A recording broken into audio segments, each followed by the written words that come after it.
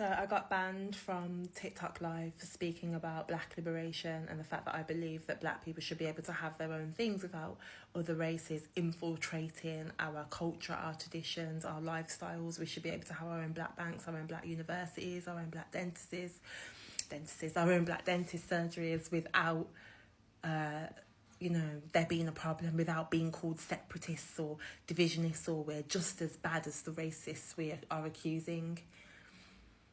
I got banned for that. And then when we speak about this stuff, when we speak about black liberation, you get people going, oh, what about Martin Luther King? You're a separatist. What about what he said? He'd be so unhappy. I'm not going to lie. Martin Luther King only wrote I Have a Dream so that he could have relations with his white mistress behind his black wife's back. Yeah. Martin Luther King also changed his mind on I Have a Dream and wrote another letter just before he died to the president at the time. You should read it. Then maybe you wouldn't bring him up as a defence mechanism when black people are speaking about anything to do with black liberation or having things for themselves. I want to be able to speak about black liberation openly because it is so important to me.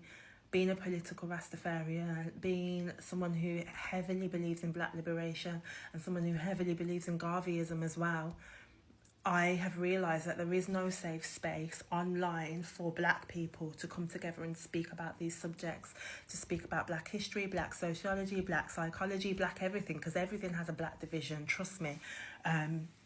We can't, we're not able to openly, wholeheartedly speak about these things in a safe environment where we're not getting reported and things like that, or people, aren't trying to infiltrate what we're saying and insert themselves into our discussions. And I think it's time for us to maybe come together and crowdfund and look at how we can start a black social media platform where the first requirement to be a part of that app is that you are of a black origin.